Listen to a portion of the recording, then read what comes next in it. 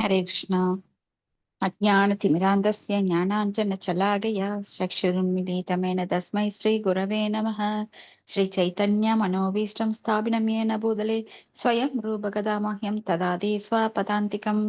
वन्देऽहं श्रीगुरो श्रीयुतपदकमलं श्रीगुरून् वैष्णवां च श्रीरूपं साग्रजितं सगणरघुनाथान्वितं तं सजीवं सात्वैतं सावधूतं परिजनसहितं कृष्णचैतन्यदेवं श्रीराधा कृष्ण पादान् सहन ललिता श्री विशाखान्वितांस। हे कृष्णा करुणा सिन्धो दीनबन्धो जगत्पते कोपे स कोऽभिकान्त राधाकान्त नमोऽस्तुते। दत्तकान्त गौरांगी राधा वृन्दावनेश्वरी वृषभानुसुते देवी प्रणमामि हरिप्रिये। वाञ्छाकल्पतरुभ्यश्च कृपा सिन्धुभ्यश्च पतितानां पावनेभ्यो वैष्णवेभ्यो नमो नमः। श्रीकृष्ण चैतन्य प्रभु नित्यानंद श्री अद्वैत गदाधर श्रीवासादि गौरभक्त वृंदा।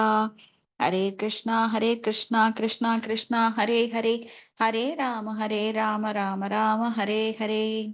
नारायणं नमस्कृत्यं नरं चैव नरोत्तमं देवीं सरस्वतीं व्याचं ततो जयमुदीरयेत्। नष्टप्रायेषु अभद्रेषु नित्यं भागवत सेवया भगवति उत्तमश्लोके भक्तिर्भवति नैष्टकी।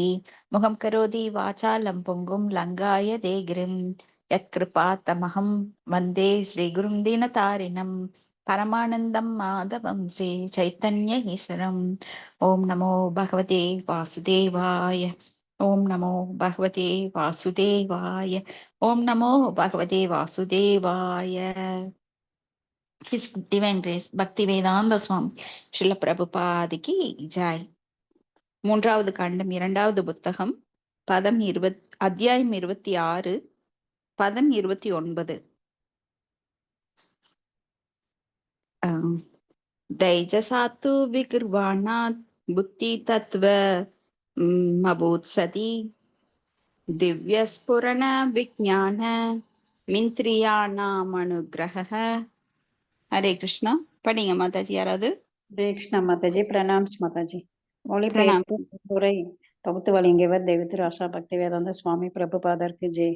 ரஜோகுணத்தின் தற்பெருமை மாற்றப்பட்டு ஒரு நல்ல ஒழுக்கமுடைய சீமாட்டியே அறிவு பிறக்கிறது. அறிவின் வேலைகள் என்னவென்றால், பார்வைக்கு வரும் பொழுது பொருள்களின் இயல்பினை உறுதிப்படுத்த உதவி செய்வதும் புலன்களுக்கு உதவி புரிவதும் ஆகும். பொருளுரை: அறிவு கூர்மை என்பது ஒரு பொருளாக புரிந்து கொள்ள உதவும் நுழை புலம் வாய்ந்த ஆற்றலாகும். எதனையும் ஆய்ந்து முடிவு செய்ய அந்த அறிவு புலன்களுக்கு உதவுகிறது. அதனால் அறிவு புலன்களுக்கு தலைவன் என்று பெரும்பாலும் கருதப்படுகிறது. ஒருவர் கிருஷ்ண உணர்வில் செயல்களில் நிலைத்திருக்கும் பொழுது அறிவு கூர்மை முழு நிறைவு அடைகிறது. அறிவு கூர்மை சரியான முறையில் பயன்படுத்துவதால் ஒருவனின் உணர்வு நிலை விரிவடைகிறது. உணர்வின் நிலையின் இறுதி விரிவு என்பது பரிபூர்ணமான கிருஷ்ணரின் உணர்வு நிலை ஆகும். ஹரே கிருஷ்ணா மாதாஜி. நன்றி மாதாஜி. ஹரே கிருஷ்ணா. ஹரே கிருஷ்ணா. ஹரே கிருஷ்ணா மாதாஜி. ஹரே கிருஷ்ணா. ஹரே கிருஷ்ணா மாதாஜி. மாதாஜி பிரணாம் மாதாஜி. சாரி, அன்மியூட் சரியா ஒர்க் ஆகல. ஓகே மாதாஜி. இந்த சத்வத்தின் போலியான தற்பெருமை மற்றொரு மாற்றம் அதாவது ஏற்படுது. அதாவது ஆசைகளை உண்டு பண்ணக்கூடிய எண்ணங்கள் மற்றும் பிரதிபலிப்புகளை கொண்ட மனம். இது நான் இன்னைக்கு 27ங்களா மாதாஜி இப்ப படிக்கிறோம். 29 மாதாஜி.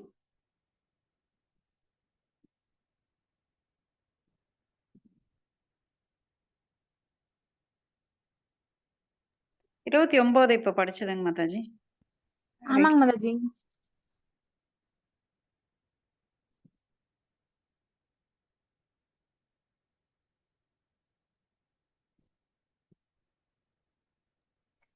ஹரே கிருஷ்ணா. ஹரே கிருஷ்ணா. கேக்குதுங்களா? இப்ப கேக்குதுங்க. மாதாஜி. ஓகேங்க. இப்ப புத்திங்கிறது ஒரு பொருளை புரிந்து கொள்ள உதவும் நுழை புலன் வாய்ந்த ஆற்றல். அப்ப எதையுமே நாம ஆராய்ந்து முடிவு செய்து செய்யறதுக்கு அந்த அறிவு உதவுது. அப்ப நேத்து கூட படிச்சோம் இல்லைங்களா, அகர்மனா என்ன, கர்மானா என்ன, விகர்மா என்ன அப்படின்னு. சோ அதுக்கு அறிவு வேணும். இப்ப அந்த அறிவு புலன்களுக்கு தலைவன்.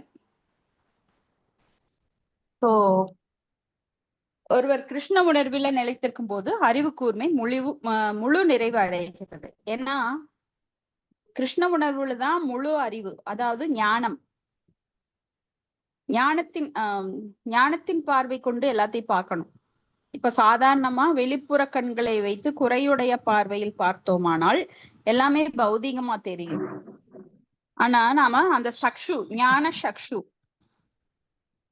சக்ஷு அப்படின்னா பார்ப்பதின் கோணத்தை மாற்றி பார்த்தோமானால், அறிவின் துணை கொண்டு ஞானத்தின் துணை கொண்டு பார்த்தோமானால் இதெல்லாமே, இந்த பொருட்கள் எல்லாமே பகவானுடைய சக்தியின் வெளிப்பாடு, எதுவுமே பௌதிகமானது கிடையாது அப்படின்ற ஒரு கூர்மையான அறிவு நம்மளுக்கு வெளிப்படும்.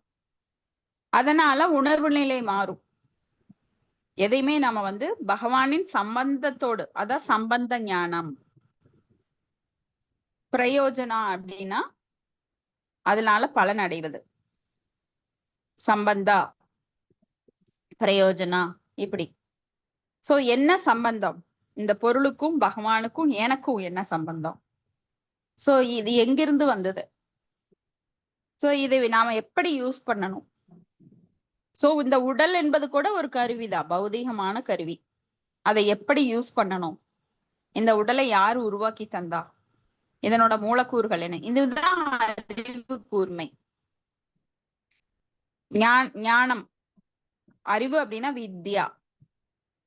சோ அவித்யா நிலையில இருக்கிற நமக்கு கிருஷ்ண உணர்வுல பூர்ணமான வித்யா அப்படிங்கிற நிலை வருது.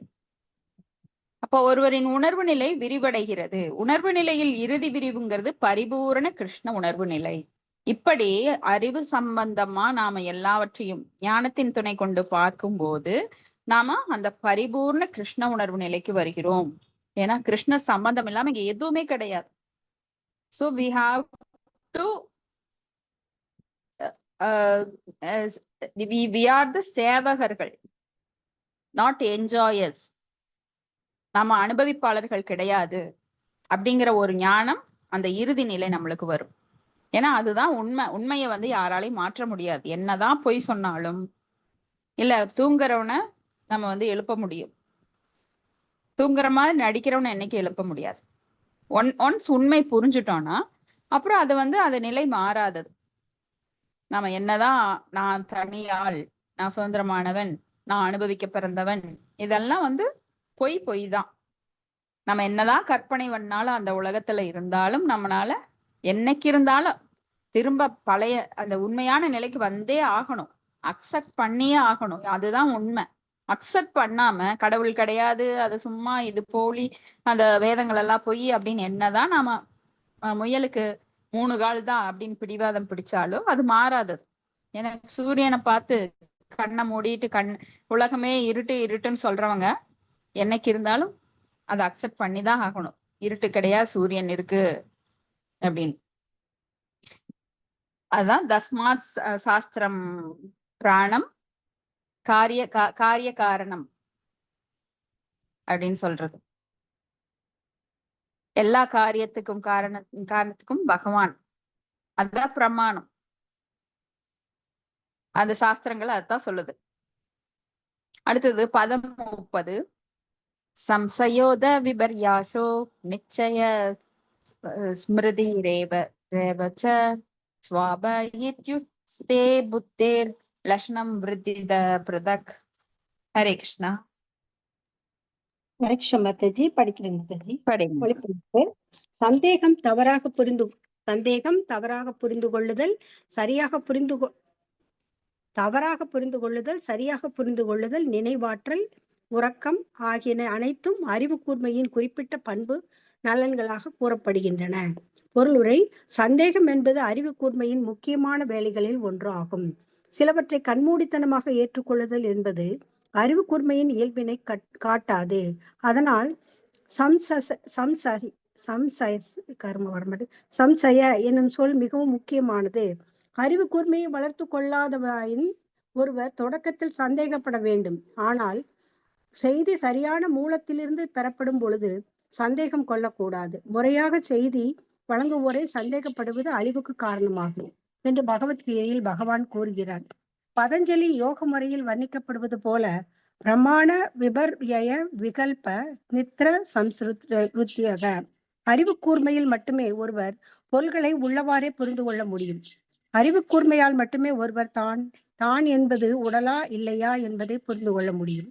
ஒருவருடைய தனித்தன்மை ஆன்மீகம் சார்ந்ததா அல்லது மண்ணுலகை சார்ந்ததா என்பதை முடிவு செய்யும் கல்வி சந்தேகத்தில் தொடங்குகிறது. ஒருவர் தன்னுடைய உண்மை நிலையை ஆராய முடிந்தால் உடலினை பற்றிய போலியான உணர்வு கண்டுபிடிக்கப்பட்டுவிடும். இது விபர்யாச ஆகும். உணர்வு உணரப்படும் பொழுது உண்மையான இனம் காணும் தன்மை உடனடியாக புரிந்து கொள்ளப்படும். உண்மையாக புரிந்து கொள்ளுதல் இங்கு நிச்சய அல்லது நிரூபிக்கப்பட்ட அனுபவத்தை அடிப்படையாக கொண்ட அறிவு என்று வர்ணிக்கப்படுகிறது. ஒருவர் போலியான அறிவை புரிந்து கொள்ளும் பொழுது இந்த அனுபவத்தை அடிப்படையாக கொண்ட அறிவினால் ஒருவர் தான் என்பது உடல் அல்ல ஆனால் ஆன்மா என்பதை புரிந்து கொள்ள முடியும். ஸ்மிருதி என்றால் நினைவு என்று பொருள். ஸ்வாப என்றால் உறக்கம் என்று பொருள். அறிவு கூர்மையை வேலை செய்யும் நிலையில் வைக்க உறக்கமும் தேவை. உறக்கம் இல்லை என்றால் மூளை நன்றாக வேலை செய்ய இயலாது. உண்ணல், உறங்குதல், சரியான விகிதத்தில் உடலின் பிற தேவைகள் இவற்றை ஒழுங்குபடுத்தும் மனிதர்கள் யோக முறையில் வெற்றி பெற முடியும் என்று பகவத்கீதையில் சிறப்பாக குறிப்பிடப்பட்டுள்ளது. ஸ்ரீமத் பாகவத்தில் கபிலதேவரின் சாங்கிய தத்துவ முறை, பதஞ்சலி யோக முறை இரண்டிலும் வர்ணிக்கப்பட்டது போல இவை அறிவு கூர்மையினை ஆராயும் கல்வியின் சிற்சில இயல்புகளாகும். ஹரே கிருஷ்ண மாதாஜி. தேங்க்யூ. தேங்க்யூ மாதாஜி. அப்போ இதுல ஃபர்ஸ்ட் ஸ்டேஜ் என்னன்னா சம்சய அப்படின்னா சந்தேகப்படுவது. அப்போ ஒரு பொருளை நம்ம உடனே அக்செப்ட் பண்ண மாட்டோம். ஓ இது நல்லதா கெட்டதா, எதுக்கு பார்க்கலாம், கொஞ்ச நாள் சாப்பிட்டு பார்க்கலாம், ஒத்துக்குச்சுன்னா இல்ல தோல்ல போட்டு பார்க்கலாம், அது ஒத்துக்குச்சுன்னா அப்புறம் நம்ம முகத்துக்கு போடலாம் அப்படின்னு சந்தேகப்படுறது கரெக்ட். அப்போ குருவை தேர்ந்தெடுக்கும் போதும் இவர் நல்லவரா, பரம்பரா வழியில வந்தவரா, இவர் குருவுக்குரிய அனைத்து அம்சங்கள் அவர்கிட்ட இருக்கா, திதீஸ்வ கார்ணிகாக சுக்ருத சர்வதேகினாம் அஜாத சத்திரவக சாதவாக சாந்தாக சாது பூஷணாக அப்படின்னு எல்லா குணங்களும் இருக்கா, இதெல்லாம் நாம சந்தேகப்படணும். ஆனா ஒன்ஸ் இரண்டாவது நிலை என்ன, ஃபர்ஸ்ட் ஸ்டேஜ் முடிந்து ரெண்டாவது ஸ்டேஜ் பிரமாணம் தே, அதாவது நிச்சயம் பண்ணணும். இப்ப வாழ்நாள் ஃபுல்லாவே சந்தேகப்பட்டுட்டு இருக்க கூடாது. ஒரு கணவனை தேர்ந்தெடுக்கும் போதோ கல்யாணத்துக்கு முன்னாடி நம்ம விசாரிப்போம் நல்லவரா கெட்டவரா, அதுக்காக சந்தேகத்துல விசாரிக்கிறோம் அப்படின்னு கிடையாது. நாம முறைப்படி அதை விசாரித்து தெரிந்து அப்புறம் ஏற்றுக்கொள்ளுதல். ஏற்றுக்கொண்ட பின் அப்புறம் நாம சஞ்சலப்படக்கூடாது, சந்தேகப்பட்டுட்டே இருக்கக்கூடாது. வாழ்நாள் ஃபுல்லா இவர் நல்லவரா கெட்டவரானே யோசிச்சுட்டு இருக்க கூடாது. அதுக்கப்புறம் சரியான மூலத்திடன் பெறப்படும் போது சந்தேகம் கொள்ளாது அந்த செய்தியை வழங்குவோம். அப்படி சந்தேகம் வந்தது அப்படின்னா நம்ம அழிவுக்கு காரணமாயிருவோம். சம்சயாத்மா வினஷ்யதி நாயம் லோகோ அஸ்தினப்பரோ நசுகம் சம்சயாத்மனக.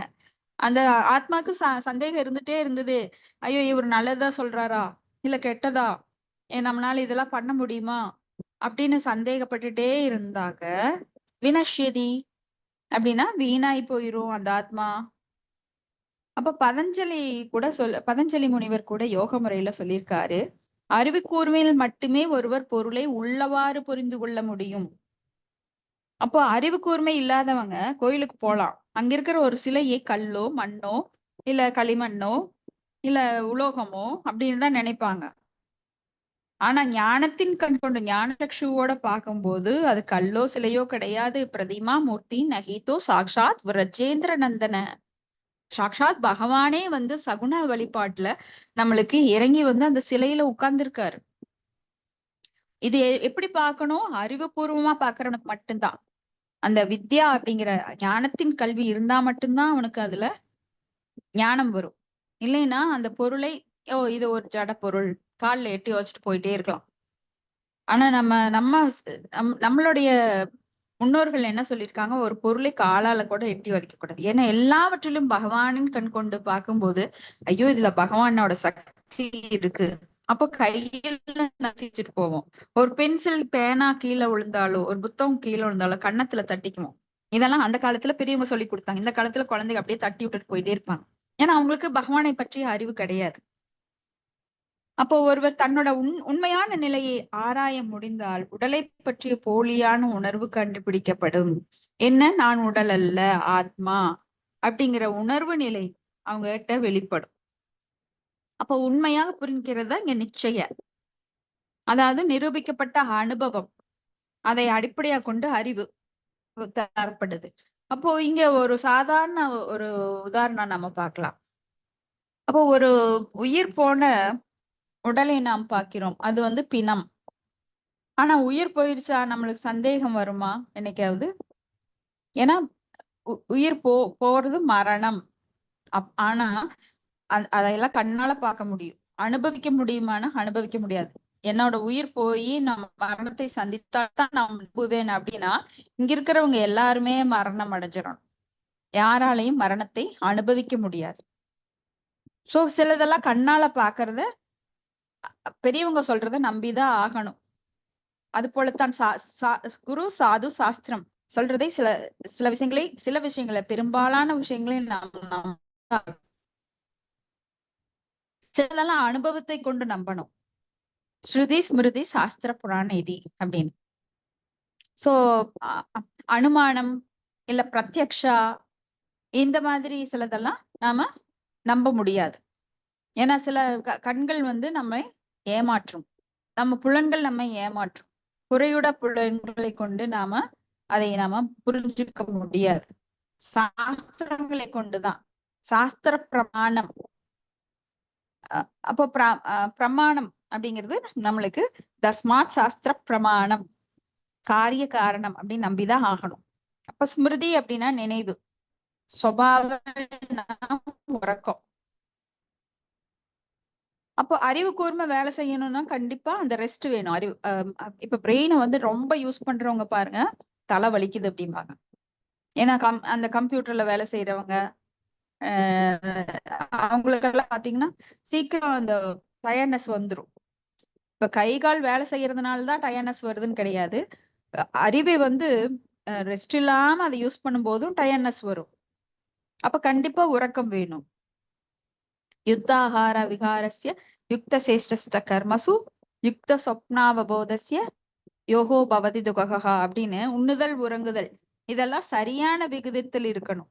உண்ணாமலும் இருக்கக்கூடாது, நிறைய உண்டும் இருக்கக்கூடாது. சோ இதுக்கெல்லாம் காரணம் நம்ம அளவான உறக்கம். அளவுக்கு மீறி உறங்கக்கூடாது. ஒரு நாளைக்கு 6 மணி நேரம் கட்டாயம் இந்த உடலுக்கு உறக்கம் தேவை. ரெஸ்ட் இருந்தா மட்டும். ஏன்னா புலன்கள் வந்து அப்படி வடிவமைக்கப்பட்டிருக்கு. பகல்ல வேலை செய்யற புலன்கள் பகல்ல மட்டும்தான் வேலை செய்யும். இப்ப நைட்டு நாம தூங்கும் போது கல்லீரல், மண்ணீரல் இந்த மாதிரி சில உறுப்புகள் அது ரெஸ்ட் எடுக்கும். இப்போ நைட் டியூட்டி பாக்குறவங்களுக்கு பாத்தீங்கன்னா உடம்பு சீக்கிரம் நிறைய எதிர்ச்செயல்கள் புரிய ஆரம்பிச்சிடும். அவங்களுக்கு நோய் சீக்கிரம் வர ஆரம்பிச்சிடும். ஏன்னா பகல்ல தான் ஒருத்தர் வேலை செய்யணுங்கிறது இந்த இயற்கையினோட விதி. ஆனா இயற்கையினோட விதியை மாற்றி அமைத்து பொருளாதார சுகத்திற்காக, புலன் இன்பத்திற்காக அவன் பகலும் கிடந்து அலைகிறான்.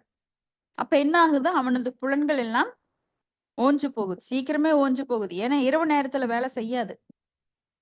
பகல் நேரத்துல வேலை செய்யறப்போ நம்ம பகல்ல அந்த புலன்கள் நல்லா வேலை செய்யும். இரவுல ஓய்வெடுக்காதவனுக்கு அந்த புலன்கள் வேலை செய்யாது. அப்போ புலன்களோட இயக்கம் தடைப்படும், அவனுக்கு சீக்கிரம் ஆரோக்கியம் கெடும், அப்புறம் நோய்கள் வரும். அதனால அவன் என்னென்ன சம்பாரிச்சானோ அதை விட அதிகமா செலவு பண்ணி ஆஸ்பத்திரிக்கு கொடுக்க வேண்டி வரும். ஹாஸ்பிட்டல் தான் இப்ப நல்லா பெரும் தொழில், வளம் கொளிக்கும் தொழிலா இருக்கு. அப்ப இங்க வந்து நாம உண்ணுதல் உறங்குதல் கேளிக்கை அப்படின்னா உடலுறவு கொள்ளுதல் இதெல்லாமே அளவோடதான் இருக்கணும். ஏன்னா உடலுறவு அப்படின்னா அந்த விந்தை எவ்வளவு தூரம் ஒருத்தர் கீழே செலுத்துறானோ அந்த அளவு அவனோட உடல் பாதிக்கப்படும். ஆனால் விந்தை அடக்கி அதை மேல் நோக்கி செலுத்துபவன் சிறந்த யோகியா இருப்பான். சோ எல்லாமே அளவுடன் இருக்கணும். அப்ப ஸ்ரீமத் பாகவத்துல கபில தேவரின் சாங்கிய தத்துவ முறை, பதஞ்சலி யோக முறை ரெண்டிலும் வர்ணிக்கப்பட்டுள்ள இவை அறிவு கூர்மையின் ஆராயும் கல்வியின் சிற்சில இயல்புகள். இப்ப அறிவு கூர்மையோட சிற்சில இயல்புகளை கபிலதேவர் தேவகூதிக்கு சொல்றார். அடுத்த பதம் 31. தைஜசானீந்திரியான் ஏவ கிரியா ஞான விபாகஜக प्राणस्य हि क्रियागतबुद्धिर्विज्ञानशक्तिदा। நான் படிக்கிறேன் மாதாஜி. हरे कृष्णा।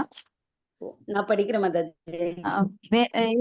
மகேஷ் மாதாஜி ஓம் படிக்கிறாங்களா நம கேக்குறேன். பகவதே வாசுதேவாய. மகேஷ் ஓம் நம ஹரே பகவதே ஹரே கிருஷ்ணா வாசுதேவாய. மாதாஜி. ஓம் நம பகவதே மகேஷ் மாதாஜி வாசுதேவாய. படிக்கட்டும். சரி ஹரே கிருஷ்ணா. சரிங்க. நன்றி மாதாஜி. மொழிபெயர்ப்பு. தற்பெருமையானது ரஜோகுணத்தில் 2 வித புலன்களை உருவாக்குகிறது. அறிவை பெறுவதற்கான புலன்கள் மற்றும் அதனை செயற்படுத்தும் புலன்கள் ஆகியவை ஆகும். செயற்படுத்தும் புலன்கள் உயிர்நிலையான சக்தியை சார்ந்தவை. அறிவை பெறுவதற்கான புலன்கள் அறிவு கூர்மையை சார்ந்தவை. பொருளுரை. சத்வ குணத்தில் மனமே தற்பெருமைக்கு காரணம் என்பதும் ஆசைக்கு ஏற்றபடி ஒன்றனை ஒப்புக்கொள்ளுதலும் மறுத்தலும் மனதின் வேலையாகும் என்பதும் முந்தைய பதங்களில் விளக்கப்பட்டுள்ளன. ஆனால் இங்கு அறிவு கூர்மை என்பது ரஜோகுணத்தின் தற்பெருமையினால் ஏற்படுவது என்று கூறப்படுகிறது. அதுவே மனதிற்கும் அறிவு கூர்மைக்கும் உள்ள வேறுபாடு ஆகும். மனம் சத்வகுணத்தின் தற்பெருமையினால் ஏற்படுவது. அறிவு கூர்மையோ ரஜோகுணத்தின் ஆளுமையில் ஏற்படுவது. சிலவற்றை ஏற்கும் ஆசை மறுக்கும் ஆசை என்பது மனதின் மிக முக்கியமான இயல்புகளாகும். மனம் சத்வகுணத்தின் பயனாய் உண்டாவதால் அது மனதின் தலைவனாகிய அனிருத்த பகவானிடம் ஒன்றினால் பின்னர் அந்த மனம் உணர்வு நிலைக்கு மாற்றப்பட முடியும். நமக்கு எப்போதும் ஆசைகள் உள்ளன என்ற நரோத்தம தாச தாகூரரால் குறிக்கப்பெற்றுள்ளது. ஆசை நிறுத்தப்பட இயலாதது. ஆனால் நாம் நமது ஆசைகளை பரமபுருஷ பகவானை மகிழ்விப்பதற்காக மாற்றிக்கொண்டால் அதுவே வாழ்வின் முழுமையாகும். ஆசை மண்ணுலக இயற்கையின் மீது ஆட்சி புரிய மாற்றப்பட்டால் அது உலகியல் பொருளால் மாசு அடைகிறது. அந்த ஆசை தூய்மைப்படுத்தப்பட வேண்டும். தொடக்கத்தில் சீடனின் ஆசைகள் எவ்வாறு கிருஷ்ணர் உணர்வுக்கு மாற்றப்பட இயலும் என்று ஆன்மீக ஆசிரியருக்கு தெரிந்திருப்பதால் இந்த தூய்மைப்படுத்தும் முறை ஆன்மீக ஆசிரியரின் கட்டளையால் நடைபெற வேண்டும். அறிவு கூர்மையை பொறுத்தவரை ரஜோகுணத்தில் இது ஆளுமை தன்மையின் விளைபொருள் என்பது இங்கு தெளிவாக குறிக்கப்பட்டுள்ளது. பயிற்சியால் ஒருவர் சத்வகுணத்தின் நிலைக்கு வருகிறார். பரமபுருஷ பகவான் மீது மனதை நிறுத்துவதன் மூலம் அல்லது அவரிடம் சரணடைவதன் மூலம் ஒருவர் மிக சிறந்த தனி மனிதராக அல்லது மகாத்மாவாக ஆகிறார். ஷு துர்லப. அம்மாதிரியான சிறந்த ஆத்மா மிகவும் அரியது என்று பகவத்கீதையில் தெளிவாக கூறப்பட்டுள்ளது. அறிவை பெறுவதற்கான புலன்கள் மற்றும் செயலுக்கான புலன்கள் ஆகிய இருவகை புலன்களும் ரஜோகுணத்தில் மிகுதிப்பாட்டினால் விளைவன ஆகும் என்று இந்த பதத்தில் தெளிவாகிறது. அறிவு மற்றும் செயல் புரிவதற்கான புலன்களின் பொறிகளுக்கு சக்தி தேவைப்படுவதால் உயிர் நிலையான சக்தி அல்லது உயிர் சக்தி ரஜோகுணத்தில் ஆளுமை தன்மையால் உருவாக்கப்படுகிறது. அதனால் மிகவும் உணர்ச்சி வயப்படுபவர்கள் வெகு விரைவில் உலகியல் பொருள்களை கைப்பற்றுவதில் முன்னேறுவார்கள் என்பதை நாம் உண்மையில் பார்க்கிறோம். உலகியல் பொருள்களை பெறுவதில் ஒருவர் மற்றொருவருக்கு ஊக்கமூட்ட விரும்பினால் அவருக்கு பாலுணர்வு மிகுந்த வாழ்விலும் ஊக்கமூட்ட வேண்டும் என்று வேத நூல்களில் பரிந்துரைக்கப்பட்டுள்ளது. பெண் வழி சேரும் வாழ்விற்கு அடிமையாக இருப்பவர்களும் அடிப்படையில் முன்னேறியவர்கள். ஏனென்றால் பாலியல் வாழ்வு அல்லது உணர்ச்சிவயமான வாழ்வு வெளிப்பூச்சு நாகரிகத்தின் அடிப்படை முன்னேற்றத்திற்கு தூண்டு விசையாகும் என்பதை இயற்கையில் நாம் காண்கிறோம். ஆன்மீக முன்னேற்றத்தை உருவாக்க விரும்புபவர்களுக்கு ஏறக்குறைய ரஜோகுணத்தின் இருப்பே இருக்காது. சத்வகுணம் மட்டுமே மிஞ்சியிருக்கும். கிருஷ்ணர் உணர்வில் ஈடுபட்டிருப்பவர்கள் அடிப்படையில் ஏழையாக இருப்பர். ஆனால் கருத்தொளி உடையவர்கள் யார் சிறந்தவர் என்பதை கண்டுகொள்ள முடியும். அவர் அடிப்படையில் ஏழையாக தோன்றினாலும் கிருஷ்ணர் உணர்வில் இருப்பவர் உண்மையில் ஏழை அல்ல. ஆனால் கிருஷ்ணர் உணர்வில் சுவை இல்லாதவர்கள். பார்ப்பதற்கு உலகியல் உடைமைகளுடன் அவர் ஏழையாவார். உலக உணர்வால் மயக்கம் அடைந்தவர்கள் பொருள் வசதிக்கான ஏற்பாடுகளை கண்டுபிடிப்பதில் புத்திசாலிகள். ஆனால் ஆத்மாவையும் ஆன்மீக வாழ்வையும் புரிந்து கொள்ள அவர்களுக்கு வழி இல்லை. அதனால் யாரேனும் ஆன்மீக வாழ்வில் முன்னேற விரும்பினால் அவர் தூய்மையான கடவுள் பற்றுக்கு திரும்ப வர வேண்டும். பக்தி தொண்டிற்கான தூய்மைப்படுத்தும் பற்றுக்கும் திரும்பி வர வேண்டும். நார பஞ்சாட்சரத்தில் குறிப்பிடப்பட்டுள்ளது போல கிருஷ்ண உணர்வில் புலன்கள் தூய்மையடைகின்றன அடைகின்ற பொழுது பகவானின் தொண்டில் ஈடுபடுவதுதான் தூய பக்தி தொன்று என்று அழைக்கப்படுகிறது. ஹரே கிருஷ்ணாங்க மாதாஜி. நன்றி. 32வது ஸ்லோகம். தாமசாச்ச விர்வாணாத் பகவத் வீரிய சோதிதாத் சப்தமாத்ர பூதஸ்மான் நப ஸ்ரோத்ரம் து சப்தகம். நான் படிக்கிறேங்க மாதாஜி. மொழிபெயர்ப்பு. தாமச குணத்தில் காணப்படும் ஆளுமை தன்மை பரமபுருஷ பகவானின் பாலுணர்வு சக்தியால் கலக்கும் பொழுது நுட்பமான ஒளி வெளிப்படுகிறது. அந்த ஒளியிலிருந்து விண்வெளியில் கேட்கும் புலனும் வெளிப்படுகிறது. பொருளுரை. நமது புலன் திருப்திக்கான எல்லா பொருட்களும் தாமச தன்மையின் விளைவாகும் என்று இந்த பதத்தில் விளக்கப்படுகிறது. தாமச குணத்தன்மையின் மூலப்பொருள் கலக்கும் போது உருவாக்கப்பட்ட முதல் பொருள் ஒளி. அது வானின் நுட்பமான வடிவமாகும் என்பது இந்த பதத்திலிருந்து புரிந்து கொள்ளப்படுகிறது.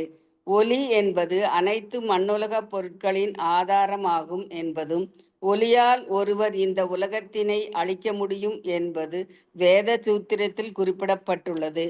அனாவிருத்தி சப்தாத் என்றால் ஒளியால் விடுதலை என்று பொருள். முழுமையான உலக வெளிப்பாடு ஒளியிலிருந்து தொடங்கியது. அந்த ஒளியே உலக பிடிப்பினை அழிக்க இயலும். அதற்கு ஒரு குறிப்பிட்ட ஆற்றல் இருக்குமானால் அதனையும் செய்ய இயலும். இதை செய்ய தகுதியான அந்த குறிப்பிட்ட ஒளி எல்லாம் கடந்த அதிர்ஷ்டம்தான். ஹரே கிருஷ்ணா என்னும் மந்திர ஜட செயல்களில் நமது பிடிப்பு ஒளியிலிருந்து தொடங்கியது. இப்போது நாம் அந்த ஒளியை ஆன்மீக உணர்வோடு தூய்மைப்படுத்த வேண்டும். ஆன்மீக உலகிலும் ஒளி உண்டு. நாம் அந்த ஒளியை அணுகினால் நமது ஆன்மீக வாழ்வு தொடங்குகிறது. ஆன்மீக முன்னேற்றத்திற்கான பிற தேவைகளும் கிடைத்திட முடியும். நமது புலன் திருப்திக்காக எல்லா ஜடப்பொருட்களின் படைப்பின் தொடக்க நிலையில் ஒளியானது தோன்றுகிறது என்பதை தெளிவாக புரிந்து கொள்ள வேண்டும். அதுபோல ஒளி தூய்மைப்படுத்தப்பட்டால் நமது ஆன்மீக தேவைகளும் ஒளியிலிருந்து உருவாக்கப்படுகின்றன. ஒளியிலிருந்து விண்வெளி தோன்றியது, பின்னர் காற்று வானிலிருந்து வெளிப்பட்டது என்று இங்கு கூறப்பட்டுள்ளது. புலன் கடந்த ஒளியிலிருந்து விண்வெளியும், விண்ணிலிருந்து காற்றும், காற்றிலிருந்து தீயும் எவ்வாறு வெளிப்பட்டன என்பதெல்லாம் பின்னர் விளக்கப்படும். வானுக்கு காரணம் ஒளி. ஸ்தோத்திரம். காற்றிலிருந்து காரணம் வான் ஆகும். அறிவை பெறுவதற்காக முதல் புலன் செவியாகும்.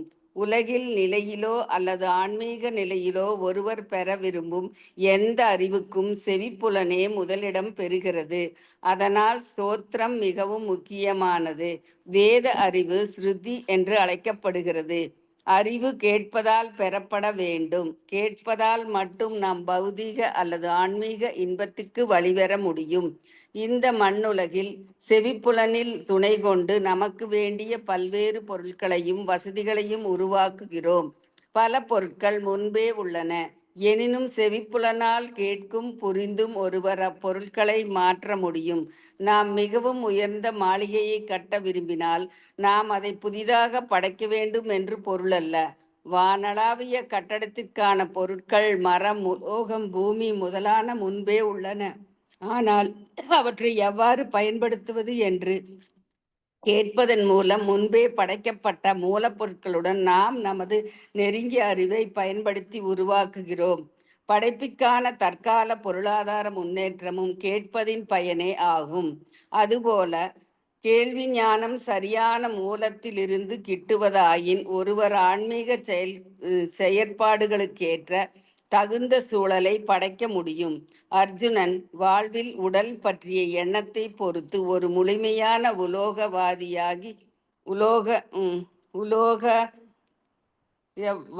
எனவே உடல் பற்றிய எண்ணத்தால் மிக கடுமையாக துன்பப்பட்டான். ஆனால் கேள்வி ஞானத்தின் மூலம் அர்ஜுனன் மிகவும் ஆன்மீக மயமாக கிருஷ்ண உணர்வு மிக்கவனாக ஆனான். கேட்டல் மிகவும் முக்கியமானது. அந்த கேட்டல் வானிலிருந்து உருவாக்கப்பட்டது. கேட்பதன் மூலம் மட்டுமே நாம் முன்னமேயே உள்ளவற்றை சரியான முறையில் பயன்படுத்த முடியும். அறியும் முன்னரே கருத்து கொண்ட பொருட்களை சரியாக பயன்படுத்த உதவும். கேள்வி ஞான பயன் ஆன்மீக சூழலுக்கு பொருத்தமாக உள்ளது. கேள்வி ஞான பயன் ஆன்மீக சூழலுக்கு பொருத்தமானது. நாம் சரியான ஆன்மீக ஆதாரத்திலிருந்து கேட்க வேண்டும். ஹரே கிருஷ்ணா மாதாஜி. நன்றி மாதாஜி. நன்றி மாதாஜி. இப்ப தாமச குணத்தில் ஆளுமைத்தன்மை இருக்கிறதுனால பரமபுருஷ பகவானின் பாலுலக சக்தியில் அது கலக்கும் போது நுட்பமான ஒளி வெளிப்படுறது. இந்த ஒளியிலிருந்து விண்வெளியிலிருந்து கேட்கும் புலனும் வெளிப்படுது. கேட்கும் புலன் என்ன? காது. சோ அது விண்வெளியிலிருந்து வெளிப்படுது. அப்ப நம்ம புலன் திருப்திக்கான எல்லா பொருட்களும் தாமச குணத்தன்மையின் விளைவு. ஏன்னா தாமசம் அப்படிங்கிறது அறியாமை. அறியாமையினாலதான் நமக்கு இந்த புலன்கள் எல்லாம் வெளிப்படுகின்றது. ஏன்னா இந்த புலன்களாலதான் நம்ம அனுபவிக்கணுங்கிற அந்த பொய்யான உணர்வு, பொய் அகங்காரம் ஏற்படுது. அதனால நான் இந்த உடல், நான் அனுபவிக்க பிறந்தவன், நான் கர்த்தா, நான் போக்தா அப்படிங்கிற எண்ணம் நம்மளுக்கு உண்டாகுது. அப்போ இங்க முதல்ல வெளிப்படுறது என்னன்னா, தாமச குணத்தன்மை மூலமா மூலப்பொருள் கலக்கும் போது நம்மளுக்கு ஒளி உண்டாகுது. அது வானத்தின் நுட்பமான வடிவம், வான்வெளி அப்புறம் உண்டாகுது. வான்வெளியிலிருந்து காற்று உண்டாகுது. அப்ப காற்றிலிருந்து நெருப்பு உண்டாகுது. நெருப்பிலிருந்து நிலம் உண்டாகுது. இப்படி ஒவ்வொன்றா உண்டாகுது. அதெல்லாம் நம்ம பின்னாடி டீப்பா பார்ப்போம். அனாவிருத்தி சப்தாத் அப்படின்னா ஒளியால் விடுதலை. இப்ப ஒளி இப்போ ஓம் அப்படிங்கிற ஓம்காரம் விண்வெளியில அந்த சவுண்ட் இருக்கு அப்படிங்கறத விஞ்ஞானிகள் கண்டுபிடிச்சு அந்த ஒளியை ரெக்கார்ட் பண்ணி வச்சிருக்காங்க. அப்ப அந்த ஓம் என்கின்ற பிரணவ ஒளி எங்கிருந்து வருது அப்படின்னா அது பகவானிடமிருந்து வருகின்றது. அப்ப கிருஷ்ணா ஹரே கிருஷ்ண ஹரே கிருஷ்ண கிருஷ்ண கிருஷ்ண ஹரே ஹரே ஹரே ராம ராம ராம ஹரே ஹரே அப்படிங்கிற சப்தம் இது ஆன்மீகமானது. இது எங்கிருந்து வருது? ஆன்மீக உலகிலிருந்து வருகின்றது. ஏன்னா இந்த பௌதிக உலகில எல்லாமே பௌதிகம். ஆனா ரொம்ப ரொம்ப அரிதாக நம்மளுக்கு பகவானோட கருணையினால அவரது ஆன்மீக ஒளி இங்க வந்திருக்கு. எப்படி? சப்த வடிவமாக கலிகாலே நாம ரூபேன கிருஷ்ணவதாரே. அப்ப நாம ரூபத்துல அவரது நாமமானது நமக்கு கொடுக்கப்பட்டிருக்கிறது. இங்கேயும் நாம ஆன்மீகத்தை நாம அனுபவிக்கலாம். எப்படி? பகவானோட திருநாமத்தின் மூலமா. நீங்க மத்ததெல்லாமே எடுத்துட்டீங்கன்னா அது எல்லாமே பௌதிகம். ஆனா இந்த ஆன்மீக ஒளியானது எப்படி கேட்பதினால் நமக்கு ஸ்ரவணம் கீர்த்தனம் ஸ்மரணம் பாத சேவனம் அர்ச்சனம் வந்தனம் தாசியம் சக்கியம் ஆத்ம நிவேதனம் இப்படி 9 விதமான பக்தி தொண்டுகள் இருந்தாலும் இதில் முதலானதும் ஸ்ரவணம் கேட்பது. அது நம்மை மிக உயர்ந்த நிலைக்கு எடுத்து செல்கின்றது. அப்ப அந்த ஒளியால் விடுதலை நம்மளுக்கு எப்படி கிடைக்குது? இந்த பிரணவ மந்திரம் அதுக்குள்ள அடங்கும். கிருஷ்ணாங்கிற நாமத்திலேயே அடங்கும். அப்ப தனியா அதை சொல்ல வேண்டியது இல்ல. உருவமற்ற நிலையில பாக்குற இந்த அருவவாதிகள் மட்டும்தான் அந்த பிரணவத்தை மட்டும் சொல்லுவாங்க. ஆனா பகவான் கிட்ட அந்த பிரணவம் உள்ளேயே இருக்கு, பகவானோட மந்திரத்துல. அப்ப இந்த கேட்பது என்பது மிக மிக உயர்ந்தது. ஏன்னா கேட்பதால் தான் நாம் பொருட்களை உணர முடியும். இப்ப டிவில அட்வர்டைஸ்மெண்ட் பாக்குறீங்க, ஆனா அது சப்தம் இல்லாம கேட்கும்போது உங்களுக்கு எந்த ஒரு எஃபெக்ட் இருக்காது. இப்ப நீங்க சினிமாக்கு போறீங்க, அந்த காட்சிகள் எல்லாம் சப்தம் இல்லாம வருது அப்படின்னா அது அவ்வளவு சீக்கிரம் உங்களை உணர்வை தூண்டாது. இப்ப ஒரு கண்ணாடி பெட்டியில ஒருத்தன் இன்னொருத்தனை கொலை பண்றான், ஆனா அவன் அலறான், சத்தம் உங்களுக்கு கேட்கல, ஆனா அந்த ஆக்ஷன் மட்டும் கேக்குது. அவ்வளவு சீக்கிரம் உங்களை பாதிக்காது. இதே அவன் சத்தம் ஐயோ என்னை காப்பாத்துங்க எனக்கு உயிர் போகுதே அப்படின்னு அவன் கஷ்டத்துல அலறும் போது அந்த சத்தமானது உங்களை இழுத்து அவனுக்கு காப்பாற்ற தூண்டும். உடனே போய் அவனுக்கு உதவி பண்ணலாங்கிற ஒரு எண்ணம் உண்டாகும், ஓடுவீங்க. ஆனா இந்த சப்தம் இல்லாம அந்த காட்சியை பார்க்கும்போது இவன் நடிக்கிறானோ, ஏதோ நாடகம் நடக்குதோ, இது உண்மையோ அப்படின்னு எல்லாம் நினைச்சிட்டு உட்காந்துருப்போம். சோ சப்தம்ங்கிறது அவ்வளவு எஃபெக்டிவ். ஏன்னா காதுகள் நாம் பிறக்கும் போதும் ஒரு குழந்தை கண்ணை மூடிட்டு தான் இருக்கும், ஆனா அந்த காதுகள் ஆக்டிவா இருக்கும். மரணத்தின் போது எல்லா உறுப்புகளும் நின்னு போனா கூட அந்த காது கேட்டுட்டு தான் இருக்கும். சுத்தி இருக்கிறவங்க என்ன பேசுறாங்க அந்த காது கேட்டுட்டு தான் இருக்கும். நீங்க தூங்கும் போது பாருங்க, காது அலர்ட்டா இருக்கும். ஏதாவது ஒரு சப்தம் கேட்டா உடனே எந்திரிச்சிருவீங்க. அப்புறம் தான் கண்ணு திறக்கும், கால் வேலை செய்யும், கை வேலை செய்யும். ஆனா அந்த காது எப்பவுமே அலர்ட்டா இருக்கும். சோ அந்த காதுங்கிற உறுப்பினால்தான் நாம் ஆன்மீக ஒளியை நாம் உள்வாங்குகிறோம். அதன் மூலமா நம்மளுக்கு விடுதலை கிடைக்கின்றது. அப்ப அந்த ஒளியானது விண்வெளியிலிருந்து தோன்றியது. காற்று வானத்தில் வெளிப்பட்டது. இப்படி விண்வெளியிலிருந்து காற்று, காற்றிலிருந்து தீ எப்படி வெளிப்பட்டது அப்படிங்கறத நம்ம பின்னாடி பார்ப்போம். அப்ப இந்த வானுக்கு காரணம் ஒளி, சோஸ்திரம், காதுக்கு காரணம் வான். அப்ப அறிவை பெறுவதற்கான முதல் புலன் என்னன்னா செவி. அன்னைக்கெல்லாம் வந்து காயத்ரி மந்திரம், இந்த மாதிரி சான்ஸ்கிரிட் மந்திரங்கள், பகவானை நோக்கி சொல்கின்ற அனைத்து மந்திரங்களும் சான்ஸ்கிரிட்ல வாய் வழியா சொல்லுவாங்க, காது வழியா கேட்பாங்க.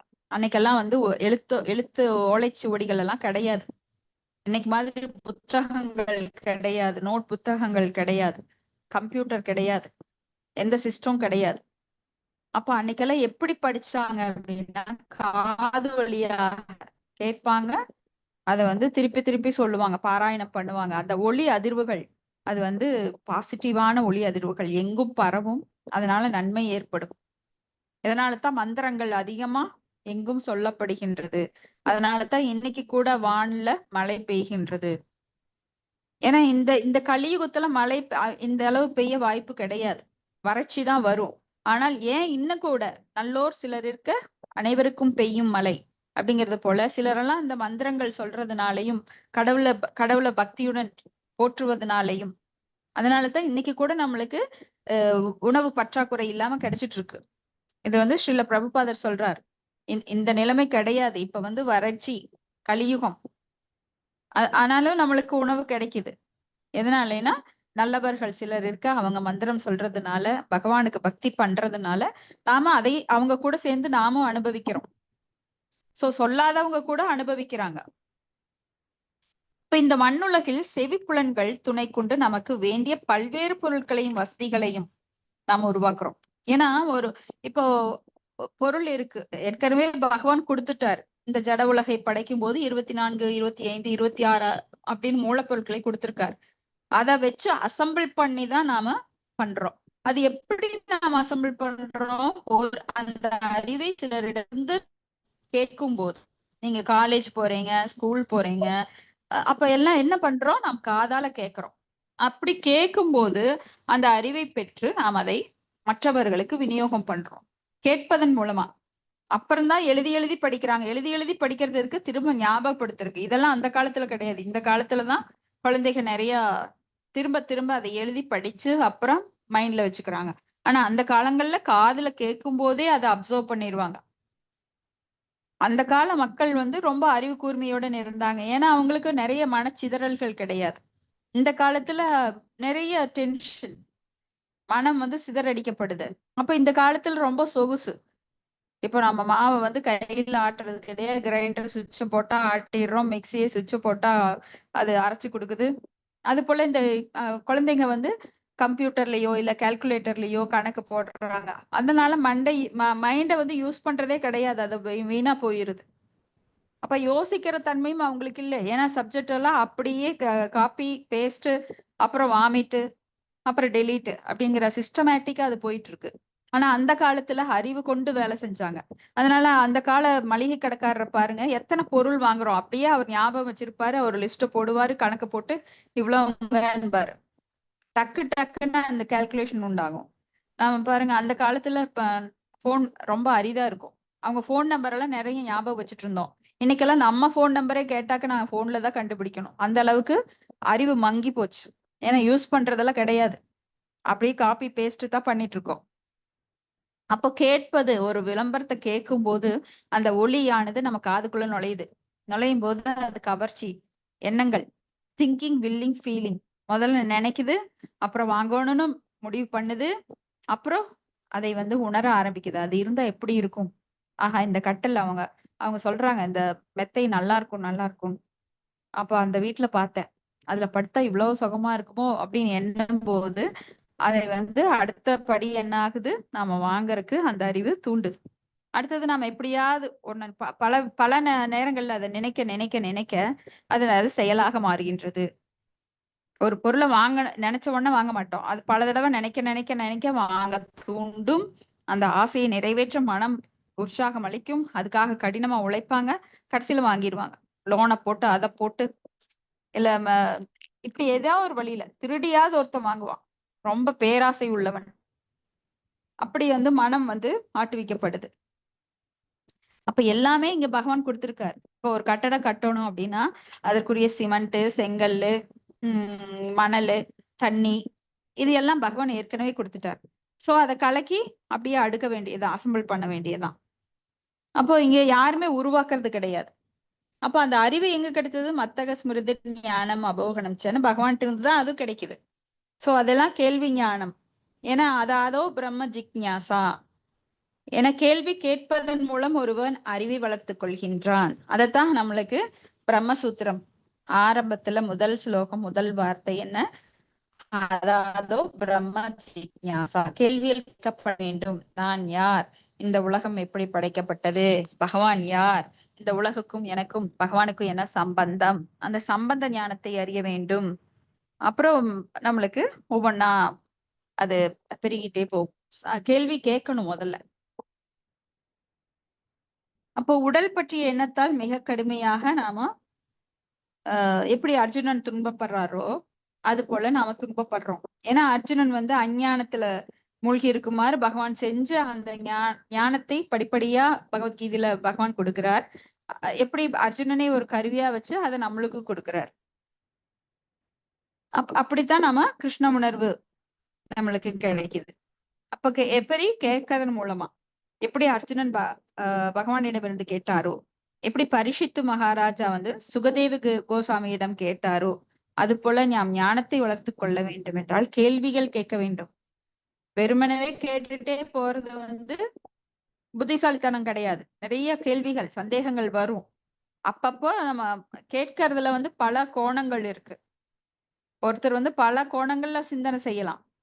அதெல்லாம் இப்ப நம்ம ஒரு தடவை கேட்டுட்டோம் அப்படின்னா உடனே மைண்ட் அக்செப்ட் பண்ணிடாது.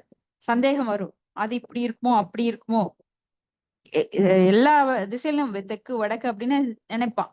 அப்பப்ப அதை கிளியர் பண்ணிக்கணும். கேள்விகள் கேட்டு கேட்டு கேட்டு அதை கிளியர் பண்ணணும். ஒருத்தர் கேட்கறதுனால பலர் பிரயோஜனம் அடைவாங்க. அப்ப இங்க அறியும் முன்னரே கருத்து கொண்ட பொருட்களை சரியாக பயன்படுத்த முடியும் கேட்கறதுனால. இப்ப கேள்வி ஞானப்பையன் ஆன்மீக சூழலுக்கு பொருத்தமா இருக்கும். கேள்வி ஞானப்பையன் ஆன்மீக சூழலுக்கு பொருத்த உதவும். அப்ப நாம் சரியான ஆன்மீக ஆதாரத்திலிருந்து கேட்க வேண்டும். கேட்கறது அப்படின்னா போய் ஒரு காலேஜ் படிச்சவன் படிக்காத ஒருவங்கிட்ட போய் கேள்வி கேட்க முடியாது அவன் காலேஜ் சப்ஜெக்ட் பத்தி. அப்ப யார்கிட்ட இருந்து கேட்கணும்? ஒரு ஒர்க் ஷாப்ல போய் எங்க ஒரு ஜூஸ் போடுறது எப்படி அப்படின்னு ஒருவன் கேட்க முடியுமா? இல்ல ஹோட்டல் கடையில் இருக்கிறவங்க கிட்ட போய் எனக்கு இந்த என்ஜின் எப்படி சரி பண்ணலாம் அப்படின்னு கேட்க முடியுமா? அப்போ ஒரு கார் ஒர்க் ஷாப்ல போய் இந்த என்ஜின்ல ஆயில் லீக் ஆகுதுங்க எப்படின்னா சரியான மூலத்திடம் இருந்து யார்கிட்ட என்ன கேட்கணுமோ அதை தான் கேட்கணும். அப்ப ஞானத்தை பற்றிய கேள்விகள் யாரிடம் கேட்க வேண்டும்? கற்றறிந்த ஞானம் எந்த பரம்பரா வழியிலிருந்து வருகின்ற ஒரு குருவிடம் கேட்க வேண்டும். யார்கிட்ட என்ன வேணா கேட்க கூடாது. நான் கேள்வி கேட்கிறேன் பாரு, நான் புத்திசாலி அப்படின்னுட்டு போய் அனாவசியமா வேண்டாத ஒருத்தர்கிட்ட வேண்டாத கேள்விகள். ஒரு அரசியல்வாதிகிட்ட போய் கடவுள் எப்படிங்க, கடவுள் உருவம் உள்ளவரா உருவமற்றவரா அப்படின்னு கேட்டா, அரசியல்வாதி யாரு? ஒரு நாத்திகவாதியா இருக்கலாம். அவங்க கிட்ட போய் கேள்வி கேட்ட, கடவுளே இல்லப்பா நீ எல்லாம் கற்பனை பண்ணிட்டு இருக்கிற அப்படி பொய்யான ஒரு தகவலை தந்தா அவ்வளவுதான், உங்ககிட்ட இருக்கிற ஞானமும் பறி போயிடும். சோ ஞானத்துல நீங்க முன்னேறவே முடியாது. அஞ்ஞானத்துலதான் ஊறி கிடக்கணும். யாரிடம் என்ன கேட்பது, எப்படி கேட்பது அப்படிங்கிறத புரிஞ்சு நாம கேள்வி ஞானத்தை வளர்த்து கொள்ள வேண்டும். அடுத்தது பதம் 33. அர்த்தாஸ்ரயத்வம் சப்தஸ்ய திருஷ்டுர் லிங்கத் தன்மாத்திரத்வம் ச நபோசோ லஷனம் கவயோ விதுஹு. ஹரே கிருஷ்ண மத்தஜி. நான் படிக்கிற மத்தஜி. கடைங்க மத்தஜி. மொழிபெயர். படித்தவர்கள், உண்மையான அறிவு உடையவர்கள் ஒளியானது ஒரு பொருள் பற்றிய எண்ணத்தை தருவதாக விளக்குவார்கள். பேச்சாளர் இருப்பதை நமது பார்வையிலிருந்து மறைந்தாலும் வானின் நுட்பமான வடிவத்தை ஒளி உருவாக்கும் என்று சுட்டி காட்டுகின்றனர். பொருளுரை. நாம் கேட்பதை பற்றி பேசும் பொழுது எப்படியோ பேச்சாளர் ஒருவர் இருக்க வேண்டும் என்பது இங்கு மிக தெளிவாகிறது. பேச்சாளர் இல்லாமல் கேட்பதை பற்றிய வினா எழாது. அதனால் சுருதி என்று அறியப்படும் அல்லது கேட்பதால் பெறப்படும் வேத அறிவும் அபௌருஷ என்று அழைக்கப்படுகிறது. அபௌருஷ என்றால் அடிப்படையில் படைக்கப்பட்ட எந்த மனிதராலும் பேசப்படவில்லை என்று பொருள். தேனே பிரம்ம ஹிருதயா என்று ஸ்ரீமத் பாகவதத்தின் தொடக்கத்தில் குறிக்கப்பட்டுள்ளது. பிரம்மனாகிய ஒளி அல்லது வேதமாகிய ஒளி முதலில் தனி முதலான படித்த மனிதராகிய ஆதி கவையே பிரம்மனின் இதயத்தில் கருக்கொண்டது. அவர் எவ்வாறு படித்தவரானார்? கற்றல் எங்கெல்லாம் உள்ளதோ அங்கு ஒரு பேச்சாளர் இருப்பார், கேட்கும் முறையும் இருக்கும். ஆனால் பிரம்மன் முதலில் படைக்கப்பட்டவர் எனும் போது அவரிடம் யார் பேசினார்? யாரும் இல்லாததால் அறிவை தர இருந்த ஆன்மீக ஆசிரியர் யார்? அவர் மட்டுமே வாழும் உயிர். எல்லார் இதயத்திலும் பரமாத்மாவாக அமர்ந்திருக்கும் பரமபுருஷ பகவான் வேத நூல் அறிவினை அவருடைய மனத்திலும் தெரிவித்தார். வேத அறிவு பகவானால் பேசப்பட்டதாக புரிந்து கொள்ளப்படுவது அதனால் அது மண்ணுலக தொடர்பின் குற்றங்களிலிருந்து விடுபட்டது. மண்ணுலக அறிவு ஆன்மீக ரீதியில் குற்றமுடையது. அதுவும் கட்டுப்படுத்தப்பட்ட ஆன்மாவிலிருந்து கேட்டால் அது முழுவதும் குற்றமுடையது. இம்மைக்குரிய செய்தி, மாயை, குற்றம், ஏமாற்றுதல் ஆகிய மண்ணுலக செய்திகள் புலன்களின் முழுமையில்லா தன்மைகளால் கரைபட்டுள்ளன. எனவே மண்ணுலகம் படைப்பை கடந்த தத்துவமாகிய பகவானால் வேத அறிவு தெரிவிக்கப்பட்டதால் அது முழுமையானது. நாம் அந்த அறிவை சீட மரபில் பிரம்மாவிலிருந்து பெற்றால் நாம் அந்த முழுமையான அறிவை பெறுகிறோம் என்று பொருள். நாம் கேட்கும் ஒவ்வொரு சொல்லும் அதன் பின்னணியில் ஒரு பொருளை கொண்டது. தண்ணீர் எனும் சொல்லை நாம் கேட்டவுடன் அங்கு ஒரு பொருள் தண்ணீர் சொல்லுக்கு பின் உள்ளது. அதுபோல நாம் கடவுள் எனும் சொல்லை கேட்டதும் அதற்கு ஒரு பொருள் உள்ளது. நாம் கடவுளிடமிருந்தே கடவுள் எனும் சொல்லுக்கு பொருளும் விளக்கமும் பெற்றால் பின்னர் அது முழுமையானது. ஆனால் கடவுளின் பொருளை பற்றி நாம் கற்பனை செய்தால் அது முழுமையற்றது. பகவானை பற்றிய நூலாகிய பகவத்கீதை பரமபுருஷ பகவானாலேயே உரைக்கப்பட்டது. இது முழுமையான அறிவாகும். மனநிலை கற்பனையாளர்கள் அல்லது உண்மையில் கடவுள் என்றால் என்ன என்று ஆராயும் தத்துவவாதிகள் எனப்படுவோர் கடவுளின் இயல்பினை ஒருபோதும் புரிந்து கொள்ள மாட்டார். பகவானை பற்றிய உண்மையினை பகவானாலேயே முதலில் அறிவுறுத்தப்பட்ட பிரம்மாவிடமிருந்து நாம் குரு சிஷ்ய பாரம்பரியத்தில் புரிந்து கொள்ள வேண்டும். கடவுள் பற்றிய ஞானத்தை சீட மரபில் முற்றும் உணர்ந்த பெரியோரிடமிருந்து பகவத்கீதையை கேட்பதன் மூலம் புரிந்து கொள்ள முடியும். பார்ப்பதை பற்றி நாம் பேசும்போது அதற்குரிய வடிவம் ஒன்று இருக்க வேண்டும். நமது புலன் வழி உற்று நோக்கும் போது நமக்கு தெரிவது வானாகும். வானே வடிவத்தின் தொடக்கமாகும். வானிலிருந்து பிற வடிவங்கள் வெளிப்படுகின்றன. அதனால் அறிவினால் புலப்படும் பொருட்கள் மற்றும் ஏனைய புலனறிவுகள் அனைத்தும் வானிலிருந்து தொடங்குகின்றன. ஹரே கிருஷ்ணா. தேங்க்யூ மாதாஜி. ஹரே ஹரே கிருஷ்ணா. கிருஷ்ணா. தேங்க்யூ மாதாஜி. ஹரே கிருஷ்ணா மாதாஜி. இப்போ படித்தவர்கள், உண்மையான அறிவுடையவர்கள் ஒளியானது ஒரு பொருள் பற்றிய எண்ணத்தை தருவதாக விளக்குவார்கள். பேச்சாளர்கள் இருப்பதை நமது பார்வையிலிருந்து மறைத்தாலும் வானில் நுட்பமான வடிவத்தை ஒளி உருவாக்கும் என சுட்டி காட்டுகிறார்கள். அப்போ இங்க நாம் கேட்பதை பற்றி பேசும்பொழுது எப்படியோ பேச்சாளர் ஒருத்தர் பேசும்போதுதான் நாம கேட்க முடியும். கேள்வி அப்படிங்கிறது கேட்பது அப்படிங்கிறது யாராவது ஒருத்தர் பேசணும். ரெக்கார்டிங் ஆகவோ இல்ல இப்போ நிறைய நம்மளுக்கு விஞ்ஞான வளர்ச்சி வந்திருக்கு. அப்போ ரெக்கார்ட் பண்ணி கேட்கலாம், இல்ல டிவில கேட்கலாம், இல்ல எப்படி வேணா நம்ம மேடையில கேட்கலாம். அப்ப பேச்சாளர் அங்க இருக்கணும் கண்டிப்பா. இல்லைன்னா நம்ம கேட்க முடியாது. அப்ப அது ஸ்ருதி அப்படின்னு சொல்லப்படுது. ஸ்ருதி அப்படின்னா கேட்பதன் மூலமாக. அப்ப யார்கிட்ட இருந்து கேட்கணும், என்ன கேட்கணும்? இப்ப பகவானிடமிருந்து முதலில் கேட்கணும். ஏன்னா அவர்தான் ஆதி காரணம். வேதைச சர்வைர் அகம் வேத வேத்யோ வேதாந்த கிருத் வேதவித் ஏவ சாகம். அப்ப வேத ஒளிகள் எங்கும் ஒளிப்பதன் மூலமாக மங்களகரம். பகவானுடைய வார்த்தைகள் என்றும் மங்களகரமானது. அது ஒன்றுதான் ஆன்மீகமானது. ஆன்மீகம் என்றாலே தூய்மை, மங்களம். சோ இந்த உலகத்துல வேற எதுவுமே மங்களம் கிடையாது. பௌதிகமான எதுவும் மங்களம் கிடையாது. ஆன்மீகமானது. அப்ப அந்த ஆன்மீகமானது ஆன்மீக வான்வெளியிலிருந்து நமக்கு வருவது. அப்போ அது யார் சொல்ல முடியும்? பகவான் மட்டும்தான். ஏன்னா அவர்தான் முக்குணங்களுக்கு அப்பாற்பட்டவர். அவர் வாயிலிருந்து வரும் வார்த்தைகள் அபவருஷேய அப்படின்னா எந்த மனிதராலும் அது பேசப்பட முடியாது. முக்குணங்களுக்கு உட்பட்டவர்கள், ஈவன் சிவனோ இல்ல பிரம்மா கூட பேச முடியாது. ஏன்னா பகவான் வந்து முக்குணங்களுக்கு அப்பாற்ப ஈவன் சிவபெருமானும் உயர்ந்த தேவர்களும் கூட முக்குணங்களால் சில சமயம் தடுமாறுகிறார்கள். அப்போ பகவானால் பேசப்பட்டது அந்த வேதம், அந்த வேத கருத்துக்கள். அதனால இது வந்து யாருமே பேச முடியாது. ஏன்னா நாம் எல்லாருமே மாற்றத்திற்கு உட்பட்டவர்கள். இப்ப ஒண்ணு நினைப்போம், அடுத்தது ஆஹா அது இல்ல, நான் தப்பா சொல்லிட்டேன், தப்பா நினைச்சிட்டேன். சோ நம்ம முக்குணங்கள்ல மாறி மாறி எண்ணங்கள் இருக்கிறதுனால நம்ம நிலையான ஒன்றை படைக்க முடியாது. இப்ப இந்திய சட்டம் கூட பாருங்க, அது வந்து எவ்வளவு ஓட்டைகள் இருக்கு. இன்னைக்கு திருடன் வெளியில இருக்கிறான், நல்லவன் உள்ள இருக்கிறான். சில சமயங்கள்ல சொம்பு திருடுவன் சோப்பு திருடன் எல்லாம் உள்ள இருப்பான், டம்ளர் திருடன். ஆனா கோடிக்கணக்கா திருடுற அரசியல்வாதியோ இல்ல கோடிக்கணக்கா திருடுற ஒரு ஷேர் மார்க்கெட் இவனோ எல்லாம் வெளியில இருக்கிறான், அனுபவிச்சுட்டு இருக்கான். இதுக்கு காரணம் என்ன? சட்டத்துல ஓட்டைகள். நாம இயற்றுற சட்டத்துல நிறைய ஓட்டைகள் இருக்கு. ஆனா பகவானுடைய சட்டத்தில் என்றுமே குறை இல்லை. அதை ஏமாற்றவும் முடியாது. எல்லாரும் சொல்லுவாங்க நீங்க இங்க தப்பிச்சிடலாம், ஆனா கடவுள் அங்க வந்து யமராஜன் கிட்ட தப்பிக்க முடியாதுன்னு நீங்க நிறைய கேள்விப்பட்டிருப்பீங்க. ஏன்னா யம தர்மன் அவர் தர்மராஜன், யாரையும் இது பண்ண மாட்டார். நான் உனக்கு 1000 ரூபாய் கொடுக்குறேன், நான் $100 கொடுக்குறேன்னு யமதர்மனுக்கெல்லாம் அது தேவையே கிடையாது.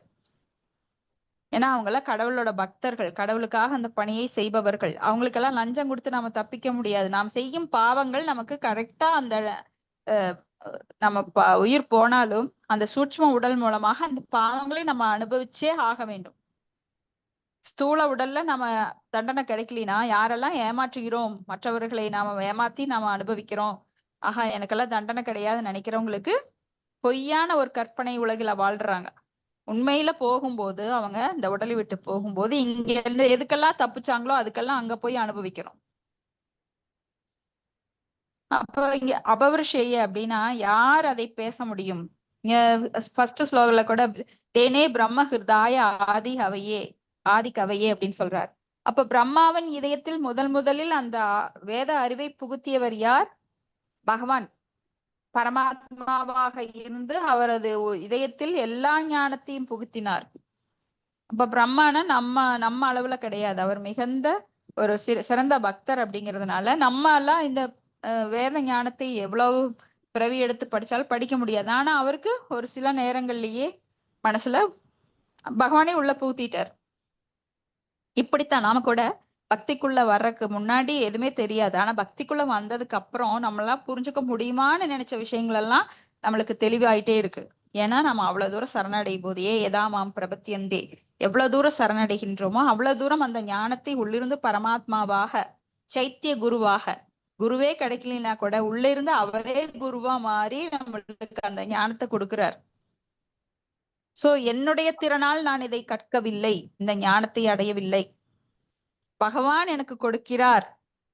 அதை ஏற்க நான் எவ்வளவு இடம் கொடுக்கிறேனோ, மனதுல அந்த தூய்மையை ஏற்படுத்துகிறேனோ அந்த அளவுக்கு எனக்கு கொடுத்துட்டு இருப்பார். எவ்வளவு நம்பிக்கை ஸ்ரத்தை இருக்கோ அந்த அளவுக்கு எனக்கு கொடுப்பார். நம்பிக்கை இல்லாம நான் கேட்டேன்னா அது மனசுல ஏறாது. ஏன்னா இது பகவானுடைய தூய்மையான ஒளி. தூய்மை இருக்கிற இடத்துலதான் அங்க காம குரோத லோபம் மோகம் மதம் ஆச்சரியன்னு அழுக்குகள் அடைஞ்சிருந்தா அந்த இடத்துல பகவான் குடிக்கொள்ள மாட்டார். பகவானது ஞானமும் பகவானும் வேற கிடையாது. பகவானுடைய அவரது வடிவம், அவரது உருவம், லீலை அதெல்லாம் வேற கிடையாது. நாம இங்க பௌதிகத்துல வேறு படுத்தி பார்க்கலாம் வெரைட்டிஸ். ஆனா ஆன்மீகம் அப்படின்னா எல்லாமே பகவான் தான். அவரது நாமம் ரூபம் குணம் லீலை புத்தகம் பகவானுடைய பகவத்கீதை பாகவதம் எல்லாமே அவருடைய சம்பந்தப்பட்டது. அவரேதான், அவரிலிருந்து வேறுபட்டது கிடையாது. அப்போ வேத அறிவு பகவானால பேசப்பட்டது, அபவர்ஷேய. அது மண்ணுலக தொடர்புனால வந்ததில்லை, அதனால அது குற்றங்கள்ல இருந்து விடுபட்டது. கட்டுப்படுத்தப்பட்ட ஆன்மா இருந்து கேட்டா அது குற்றமுடையது. ஏன்னா அவங்க எப்ப வேணா மாறுவாங்க, சட்டத்தை மாத்துவாங்க, அவங்க இஷ்டத்துக்கு சட்டத்தை வளர்ப்பாங்க. வளைச்சு இதுதான் நல்லதுன்னு சொல்லுவாங்க. நாளைக்கு கேட்டா ஐயோ நான் தப்பா சொல்லிட்டேன், அது இல்லைங்க இதுதான் நல்லது அப்படிம்பாங்க. ஆனா கடவுளுடைய சட்டம் என்றும் மாறாதது. ஏன்னா மண்ணுலக செய்திகள் முழுமை இல்லாதது. ஆனா பகவானுடைய படைப்பும் அப்படி கிடையாது. வேத அறிவு முழுமையானது. அந்த அறிவை நாம் எப்படி பெறணும்னா சீட பரம்பரை. அப்ப யார்கிட்ட இருந்து வேணா அதை வாங்கக்கூடாது. சீட பரம்பரையிலிருந்து ஒரு ஆன்மீக குருவிடம் இருந்து. இப்போ ஒரு ஒரு சொல்றோம். இப்போ தண்ணீர் அப்படின்னு சொன்னா அதை கேட்டவுடன் அது நம்மளுக்கு ஞாபகத்துக்கு வரும். தண்ணீர் அப்படின்னா அது வந்து திரவ பொருள், அது சுவையுடையது. தண்ணீருக்கு குணம், சுவை இருக்கு, அதுக்கு வந்து ஒரு வடிவம் கிடையாது. சோ இப்படி நம்மளுக்கு அதனோட தன்மை வெளிப்படும் தண்ணீர்னு சொல்ல கேட்டாலே. அப்படி கடவுள்ங்கிற சொல்ல கேட்கும் போதே அங்க கடவுள் அப்படின்னா இப்படி பரமபுருஷ பகவான் கிருஷ்ணர், அவருக்கு ஒரு வடிவம் இருக்கு அப்படின்னு உடனே நம்மளுக்கு வரணும். அப்போ கடவுளின் பொருளை பற்றி நாம் கற்பனை செய்தால் அது முழுமையற்றது. நிறைய பேரு வேதங்கள்ல சொல்லப்படாத எல்லாத்தையும் கற்பனை பண்ணுவாங்க. கடவுள் கிருஷ்ணரா அவர் வந்து 16,108 மனைவிகளோட காமலீலை புரிஞ்சார் அப்படின்னு நம்ம அளவுல நாம வந்து பகவானோ எல்லையற்றவர், அனந்தர். அவரது வடிவமோ நாமமோ ரூபமோ சாதாரண மனிதர்களால் புரிந்து கொள்ள முடியாது. ஆனா சின்ன உருவம் எடுத்துக்கிட்டு அவரை பற்றி நாம கற்பனை, இந்த மாதிரி நிறைய பௌதிகவாதிகள் கற்பனை பண்ணுவாங்க கிருஷ்ணரா அப்படி அப்படின்னு. அது கிடையாது. ஏதான் அதெல்லாம் மனக்கற்பனை. மனக்கற்பனையில ஒருவர் கடவுளை பற்றிய எண்ணத்தை உண்டாக்க முடியாது. கடவுள்னா என்ன வேதங்கள் சொல்கின்றதோ தூய பக்தர்கள் பரம்பரை வழியில் இந்த குருவிடம் கேட்க வேண்டும். அதை விட்டுட்டு நான் முயலை பிடிச்சேன் அதுக்கு 3 காலு 4 கால் கிடையாது அப்படின்னு சொல்றவன் கண்டிப்பா கடவுளை புரிந்து கொள்ள முடியாது. அப்ப நாமெல்லாம் யாரு? பிரம்ம மத்துவ கௌடிய சம்பிரதாயத்திலிருந்து வருபவர்கள். அப்ப பிரம்மா என்ன சொல்றாரோ, ஏன்னா அவர்தான் பித்தாமகர், அவரிடமிருந்து கேட்க வேண்டும். ஏன்னா அவர்தான் பகவானை நேர்ல பார்த்தார். சோ யார் பகவானை பார்த்தார்களோ அவரிடமிருந்து பகவானை பற்றிய செய்திகளை பெற வேண்டும். இப்ப நான் வந்து யுஎஸ்ஏக்கு போயிருக்க மாட்டேன். அப்ப போனவங்க சொன்னா அதை நான் நம்பிதான் ஆகணும். ஏன்னா அவங்க போயிட்டு வந்திருக்காங்க. அப்ப நான் மனக்கற்பனையில உட்காந்து யுஎஸ்ஏவா, அங்க வந்து நிறைய வெள்ளை மக்கள் இருக்காங்க, அவங்க எல்லாம் வந்து ரொம்ப சொகுசா இருக்காங்க, பெரிய பெரிய கட்டடங்கள்ல இருப்பாங்க அப்படின்னு நான் கற்பனை பண்ணக்கூடாது. அங்கும் இருக்கிறாங்க, ஏழைகளும் இருப்பாங்க. அப்ப போனவர் சொல்லுவார் அங்கேயும் வந்து ஹிப்பிகள் மாதிரி மக்கள் இருக்காங்க அப்படின்னு. சோ என்னோட கற்பனையில நான் நினைச்சேன்னா அது தவறாயிரும். அப்போ அது போல பிரம்மா வந்து பகவானை பார்த்தவர். அப்ப பிரம்மாவின் வழியாக நாம் வந்து அவர சீட பரம்பரையில வர்றோம், அதை நாம கேட்கணும். இப்ப சீட பரம்பரையில் உணர்வதன் மூலமா நம்ம புரிஞ்சுக்க முடியும். பார்ப்பதை பற்றி நாம் பேசும்போது அதற்குரிய வடிவம் இருக்கு. சோ உற்று உறங்கும் போது நமக்கு அது தெரிவது வானம். வானம் தான் தொடக்கம். அப்ப பிற வடிவங்கள் அதுல இருந்து வருது. சோ இதோட முடிச்சுக்கலாம். ஹரே கிருஷ்ணா பிரபு. தண்டத்னாம் ஹரே கிருஷ்ணா பிரபு. ஹரே கிருஷ்ணா.